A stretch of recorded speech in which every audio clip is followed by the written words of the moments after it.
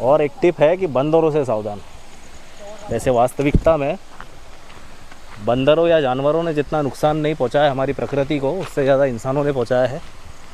तो बंदरों से सावधान रहने की अपेक्षा हमें इंसानों से ज़्यादा सावधान होना चाहिए। तो नमस्कार, गोंदिया टॉक में आपका स्वागत है। ऐसे तो हमारा चैनल विशेष तौर से राजनीतिक हलचल आपको दिखाता रहता है, लेकिन हम अपनी टीम के साथ में आए हैं हमारे गोंदिया ज़िले से लगभग 50 किलोमीटर दूरी पर।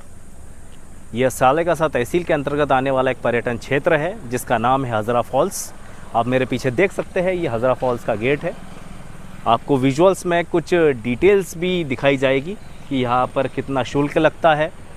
कुछ यहाँ पे ऐसे बोर्ड्स लगे हुए हैं। इस पे जो यहाँ पे घूमने का समय है वो सुबह 10 से शाम को 4 बजे तक है, क्योंकि यह वन्य प्राणियों का क्षेत्र कहा जाता है। इसलिए यहाँ पे वन्य प्राणियों से भी एक खतरा हो सकता है, इसलिए लोग यहाँ का जो समय है वो एक निर्धारित समय किया गया है कि आप एक निर्धारित समय पर यहाँ पे विचरण करने आए, घूमने आए, यहाँ का जो प्राकृतिक माहौल है उसका लुत्फ़ उठाए। यहाँ पे stud camera charge, drone camera charge भी यहाँ पे लिखा गया है। जिस प्रकार से आप देख सकते हैं यहाँ पे पूरी सुरक्षा रखी गई है। यहाँ पे एक सावधानी का बोर्ड है एक पेड़ पे लगा हुआ, वाघाचे वास्तव असलेले ठिकाने, मतलब यहाँ पे बाघ हो सकता है या फिर है। अब जो भी है वो वास्तविकता, हमने तो अभी तक बाघ यहाँ पे देखा नहीं, क्योंकि अभी हम पहली बार इसे यहाँ पे घूमने आए हुए हैं। आइए चलते हैं हज़रा फॉल्स की सैर।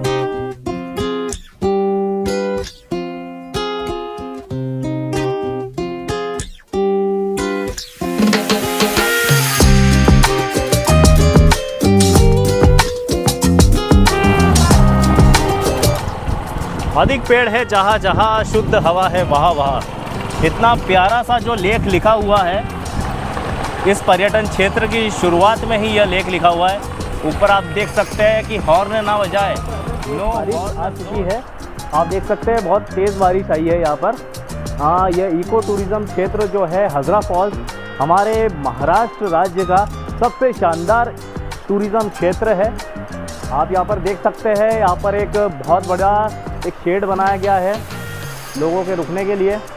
और जहाँ तक हम इन बोर्डों को देख रहे हैं तो यहाँ पर जो ये तितलियों की प्रजातियाँ बताई जा रही है, एक common blue bottle, catch day, blue tiger, common crow, common grass yellow, हो सकता है कि इस प्रकार की जो तितलियाँ हैं वो इस इको टूरिज़्म क्षेत्र में पाई जाती हो। और आगे जब हम देखेंगे तो यहाँ पे जो उल्लू है, हमने एक आध प्रकार के उल्लू हमारे शहरों में देखे, लेकिन यहाँ पे हमें जो आप चित्र में देख सकते हैं 5 प्रकार के उल्लू दिखाई जा रहे हैं। ऊपर से मैं नाम पढ़ना स्टार्ट करता हूँ। स्पॉटेड आउलेट, उसके बाद में pallid scops owl, brown wood owl, jungle owlet और मोल्टेड वुड आउल। इस प्रकार के जो उल्लू की प्रजातियाँ हैं वो इस इको टूरिज़्म क्षेत्र में पाई जाती है। उसके बाद में जिन्हें आप नॉर्मल तरीके से सिर्फ बतख के नाम से जानते हैं, यहाँ पे बतख की भी 5 प्रकार की प्रजातियाँ दिखाई गई है। Northern pintail, northern shoveler, common teal, mallard, spot billed duck. और आगे चलेंगे उसके बाद में आप देख सकते हैं फिर उल्लू की और 5 प्रकार की प्रजातियाँ यहाँ पे दिखाई गई है। Barn owl, Eurasian eagle owl, dusky eagle owl, spot bellied और forest eagle owl, brown fish owl. आप शायद मेरी आवाज़ अच्छे से सुन नहीं पा रहे होंगे, क्योंकि बारिश इतनी तेज़ हो चुकी है कि उसकी जो बूंदों की जो टकराहट है इस शेड के ऊपर, उससे मेरी आवाज़ में शायद थोड़ा घर्षण पैदा होगा। लेकिन फिर भी हम अपनी टीम के साथ में आपको दिखाने की कोशिश कर रहे हैं, एक प्रयास कर रहे हैं। हमारे महाराष्ट्र राज्य के जो गोंदिया ज़िले के अंतर्गत एक सालेगासा तहसील है, इसके अंतर्गत जो ये इको टूरिज़्म क्षेत्र है उसके बारे में संपूर्ण जानकारी देने का, जिससे कि सिर्फ महाराष्ट्र राज्य के ही नहीं और हमारे पूरे भारत देश के साथ ही साथ पूरी दुनिया का के जो टूरिस्ट है वो आकर्षित हो और यहाँ पर घूमने आए, हमारी इस बायोडाइवर्सिटी को देखें। हमें एक पर्यटन क्षेत्र होने का बहुत बहुत एक लाभ प्रदान करे। आप देख सकते हैं इसमें यहाँ पर गौर भी देखी जाती है, ब्लू बुल और नीलगाय भी है, जंगली सुअर जिसे कहते हैं हम वो भी है, इंडियन पेंगोलिन भी यहाँ पे है और स्लॉथ बियर। साथियों स्लॉथ बियर बहुत कम देखा जाता है, लेकिन इस इको टूरिज़्म क्षेत्र में यहाँ पे इसका जो बोर्ड लगाया हुआ है, हो सकता है कि ये यहाँ पर मौजूद हो। हम आगे जब यात्रा करेंगे हम आपको दिखाएंगे। अगर हम खुशकिस्मत हुए तो हम इन्हें ज़रूर देखेंगे। उसके बाद में एक खरगोश की प्रजाति का जो एक है, इंडियन हेयर कहते हैं इसे। उसके बाद में एक mongoose, grey mongoose, tree shrew, Indian giant flying squirrel, 3 striped palm squirrel. गिलहरियाँ आपने नॉर्मल से एक प्रकार की देखी होगी, लेकिन यहाँ पे और कई प्रकार की गिलहरियाँ आपको देखने को मिल सकती है।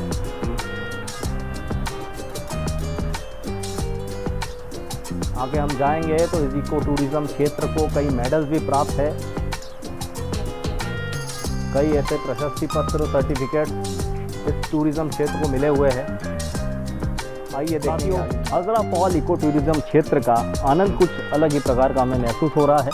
आप मेरे पीछे देख सकते हैं ये बड़ी बड़ी पहाड़ियाँ, और वहाँ पर अगर कैमरामैन उसे टेली करिए, वहाँ पर एक बीच में लिखा हुआ है, शायद वो लाइटिंग से भी बना गया है, उसमें लिखा है हजरा फॉल्स। नीचे एक गार्डन है। साथियों ये हजरा फॉल इको टूरिज़्म क्षेत्र का पूरा गाइड मैप दिया हुआ है।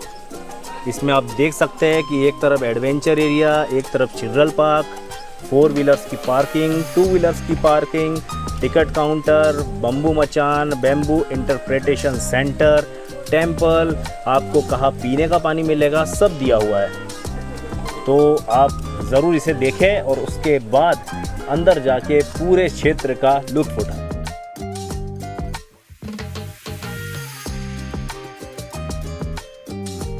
आए हैं हजरा फॉल्स में। आप मेरे दाहिने तरफ देख सकते हैं, यह एक 4 व्हीलर 2 व्हीलर की पार्किंग है। उसके बाद में यहाँ मेरे पीछे यहाँ पे एक स्टॉपर लगा हुआ है। इसके आगे आप गाड़ियाँ नहीं ले जा सकते, ना 4 व्हीलर ना 2 व्हीलर्स। यो यहाँ पे एक हिप्पोपोटामस रखा गया है। अरे ये हिप्पोपोटामस मतलब एक डस्टबिन बनाया गया है। कितना शानदार डस्टबिन बनाया गया है, एकदम हिप्पोपोटामस की शक्ल दी गई है, उसे एक आकार दिया गया है। और साइड में एक बोर्ड लगा हुआ है कि बंदरों को खाना या खाद्य पदार्थ देना सख्त मना है, क्योंकि बंदर खुद इंसान का ही पहला रूप है, वो खुद समझदार है, उन्हें कुछ खाना वाना मत दो आप। साथियों यहाँ पर एक बोर्ड लगाया गया है जहाँ पे इस इको टूरिज़्म क्षेत्र हजरा फॉल्स के बारे में पूरी जानकारी दी गई है। जानकारी पूरी मराठी में है, लेकिन हम आपको इसका ट्रांसलेट करके बताएंगे हिंदी में। शोध हजरा फॉल मतलब इसकी कब खोज की गई? 1867 में नागपूरपर्यंत प्रथम रेल्वे सुरू झाली। नागपूर तक पहली रेल्वे सुरू की गई। सतपुडा पर्वत रोगाचा कुशील असलेला हा धबधबा नैसर्गिक सौंदर्याने नटलेला आहे। वन विभाग आणि स्थानिक युवकांच्या मदतीने ह्या परिसराचा कायापालट झाला, त्यामुळे हजरा फॉल्स पावसाळी पिकनिक स्पॉट म्हणून नावारूपास आले। अर्थात इसका यह सतपुड़ा पर्वत श्रेणी के अंतर्गत आता है। इसकी जब खोज हुई तब यहाँ के कुछ लोकल्स जो नागरिक है उनकी मदद से और वन विभाग की मदद से यह जो क्षेत्र है इसका कायाकल्प करने को आया है। और यहाँ पे पहले तो क्षेत्र के लोगों ने इसमें इन्वेस्ट किया और इसे एक इको पर्यटन क्षेत्र बनाने का पूरा प्रयास किया। बाद में राज्य सरकार की पर्यटन विभाग की इस पर नज़र पड़ी और उन्होंने इसे एक अच्छा पर्यटन क्षेत्र बनाने की पूरी कोशिश की है। साथियों यहाँ पे टाइप ऑफ फॉरेस्ट इन महाराष्ट्र बताया गया है, मतलब कितने प्रकार के जंगल हमारे महाराष्ट्र राज्य में पाए जाते हैं। Tropical evergreen forest, southern tropical moist deciduous forest, southern tropical dry deciduous forest, southern tropical thorn forest और लिटोरल एंड स्वैम्प फॉरेस्ट। इतने प्रकार के जो जंगल है वो हमारे महाराष्ट्र राज्य में पाए जाते हैं। उसके बाद में यहाँ पे हजरा फॉल्स टूरिज़्म क्षेत्र का जो मुख्य आकर्षण का केंद्र है वो यहाँ पर एक झरना है। वाटरफॉल कंजर्वेशन और झरना संवर्धन, इस संबंध में इस बोर्ड पे जानकारी दी गई है। आइए चलते हैं आगे और सैर करवाते हैं आपको इस क्षेत्र की। एक बोर्ड पे आप देखेंगे सस्टेनेबल डेवलपमेंट के बारे में जानकारी दी गई है, इंग्लिश में है। कोशिश आपको कर रहे हैं हम मराठी से हिंदी और इंग्लिश से भी हिंदी में समझाने की कोशिश कर रहे हैं। उसके बाद में थ्रेट्स ऑफ बायोडाइवर्सिटी, बायोडाइवर्सिटी के लिए जो खतरा है वो बताया गया है कि जो जंगलों में आग चल रही है, जो अवैध रेत उत्खनन हो रहा है, पत्थरों का कटाव हो रहा है और जंगली जानवरों का शिकार हो रहा है और उसके बाद में अवैध पेड़ों की कटाई हो रही है। इससे पूरा एक इकोसिस्टम हमारा देश का ही नहीं मतलब पूरे विश्व का तबाह होते जा रहा है। यहाँ पे नेशनल सिंबल्स ऑफ इंडिया बताए गए हैं।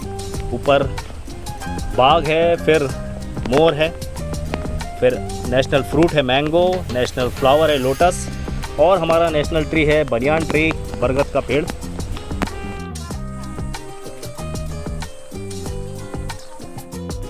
साथियों, वहाँ पर एक प्रकार की तितली बताई गई थी जो आप इसमें स्क्रीन में देख सकते हैं, यहाँ पे मौजूद है। नीचे लिखा हुआ है कि फूलों और पौधों को तोड़ना मना है। ऊपर एक बोर्ड है जिसमें शहद के बारे में जानकारी दी गई है। शुद्ध जो शहद है वो यहाँ पे मिलता है। आगे एक बहुत ही प्यारी डस्टबिन बनाई गई है जो एकदम पेंगुइन की, जो एक पेंगुइन पक्षी रहता है उसके जैसी ये डस्टबिन का आकार दिया गया है। यहाँ का जो सौंदर्य है वो वास्तविकता में पर्यटकों को लुभाने वाला सौंदर्य है और विशेष तौर से जो बरसात का मौसम आता है, मानसून सीज़न आता है हमारे देश में, हमारे महाराष्ट्र। ये देखिए आप, हाजरा फॉल की तरफ जाने वाला रास्ता और यहाँ पे आपका स्वागत किया जाता है बैम्बू से बने हुए इस बोर्ड से। आप ऊपर देख सकते हैं एक बैम्बू हाउस बनाया गया है, ट्री हाउस बनाया गया है। ऊपर चढ़ के आप फ़ोटो सेशन करवा सकते हैं। यहाँ पे लिखा हुआ है कि हाजरा फॉल परिसर में खाना बनाना सख्त मना है और एक टिप है कि बंदरों से सावधान। वैसे वास्तविकता में बंदरों या जानवरों ने जितना नुकसान नहीं पहुंचाया हमारी प्रकृति को, उससे ज़्यादा इंसानों ने पहुंचाया है। तो बंदरों से सावधान रहने की अपेक्षा हमें इंसानों से ज़्यादा सावधान होना चाहिए।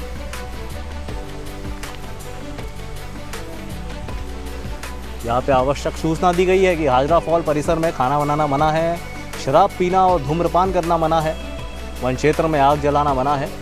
नियम का उल्लंघन करने पर 2000 रुपये जुर्माना लिया जाएगा। ये इम्पोर्टेंट नोटिस है।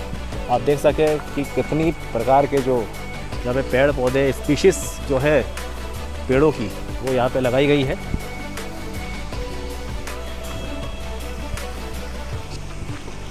और यहाँ का सौंदर्य वास्तव में दिल को लुभाने वाला सौंदर्य है।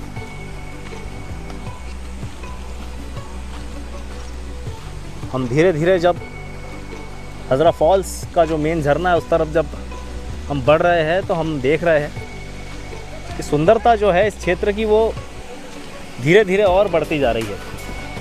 हमारे मन में जो एक जिज्ञासा पैदा हुई थी वो जिज्ञासा धीरे धीरे मिटती जा रही है। यहाँ पर आप कुछ नवयुवकों को देख सकते हैं जो इस मॉनसून सीज़न का लुत्फ़ उठा रहे हैं। ऊपर आप देखिए दूधिया कलर में जो झरना है उसे आप देख सकते हैं।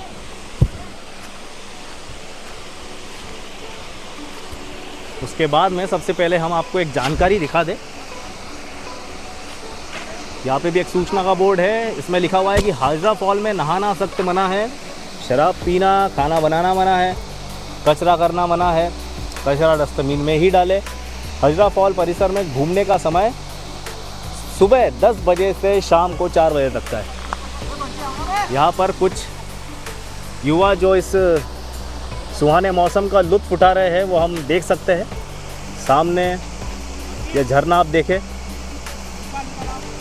ऐसा लग रहा है कि ऊपर से पानी नहीं दूध बह रहा हो। और पहाड़ी की ऊंची चोटी पर इस इको टूरिज़्म क्षेत्र का नाम लिखा है हाजरा फॉल्स। इंग्लिश में इस नाम को लिखा गया है।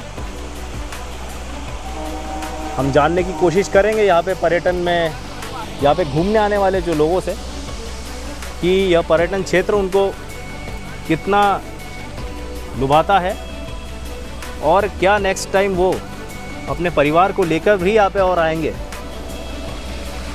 क्योंकि कोशिश यही रहती है हमारी भी हमारे चैनल के माध्यम से कि आपको हमारे गोंदिया ज़िले की साथ साथ हमारे महाराष्ट्र राज्य में ऐसे छुपे हुए पर्यटन क्षेत्रों की यात्रा करवाए और आपको पूरी जानकारी दे उस पर्यटन क्षेत्र की, जिससे हमारे गोंदिया ज़िले का ही नहीं अपितु हमारे महाराष्ट्र राज्य का भी पर्यटन बढ़े। जो एक पर्यटन से होने वाली आय है वो सर्वाधिक होती है देखा जाए तो, लेकिन फिर भी हम कोने में देख सकते हैं कि कुछ अपवाद मौजूद रहते हैं। इतनी दूर से इनका फेस क्लियर तो नहीं आ पा रहा, लेकिन शायद यहाँ के जो केयर टेकर से अगर उनको ये बात पता चलेगी तो शायद इस बात पे ध्यान दिया जाएगा।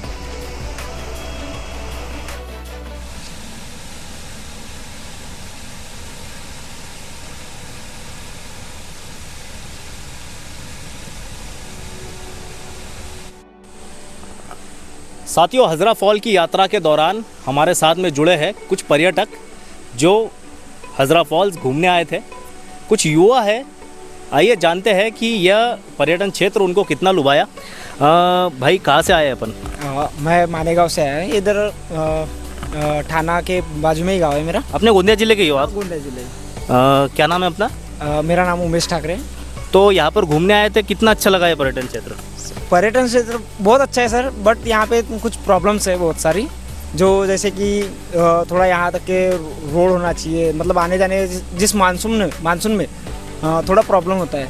साथियों, आप विजुअल्स में देख सक रहे हैं कि हमने शुरुआत में ही आपको बताया है कि ये जो रास्ता जा रहा है ये किस प्रकार से मिट्टी डली है, इस पे डामरीकृत या सीमेंट कंक्रीट से रोड बनाया जाना चाहिए।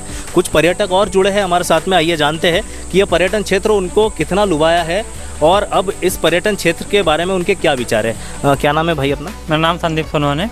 मैं आमगांव से बिलोंग करता हूँ। अच्छा अच्छा अच्छा। हम हर साल आते हैं मानसून में इधर। हाँ।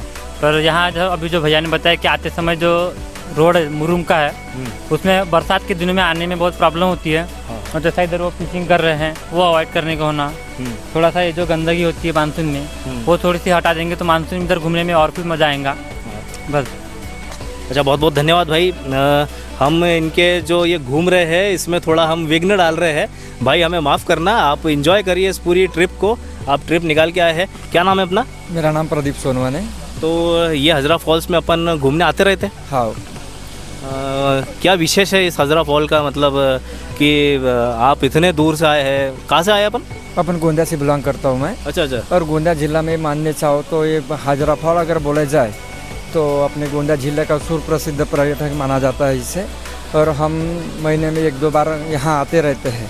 और मानसून में आने के बाद जब अगर बरसात की जब मौसम लग जाती है उस समय आने में थोड़ी दिक्कत है, कैसी रोड वाड जो है वो कच्ची रोड है अभी। और हम यही प्रयत्न करेंगे सरकार से कि अगर यहाँ आने जाने में कुछ पर्यटकों को जो प्रॉब्लम होती है वो प्रॉब्लम थोड़ी रोड की है। और जो छत लगे है वहाँ पूरी तरह से छत नहीं है, वो जैसा मानसून आ गया, पानी वानी आ गया है तो पर्यटकों को तो कोई समस्या जाती है।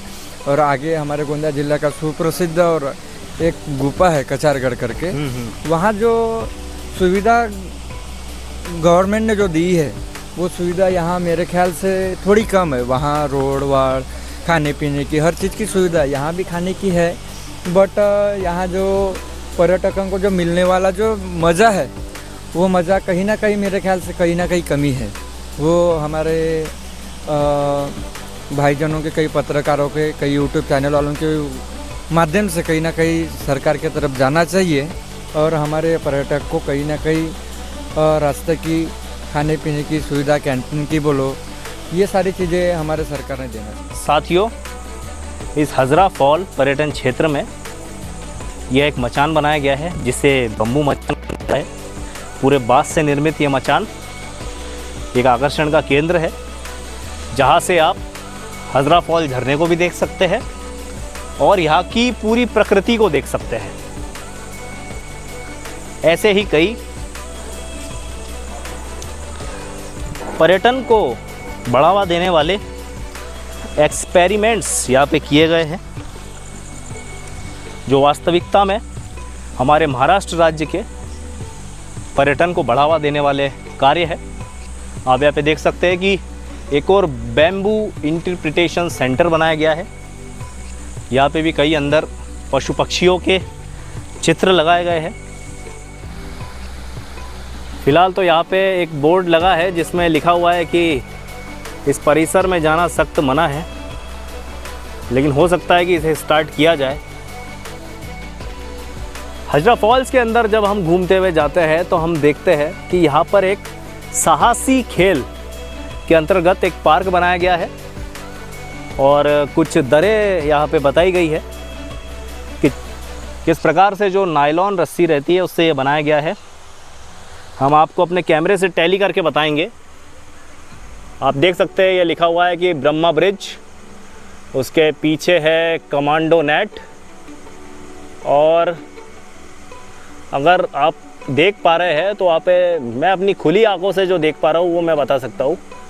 वहाँ पे लिखा है वी शेप ब्रिज।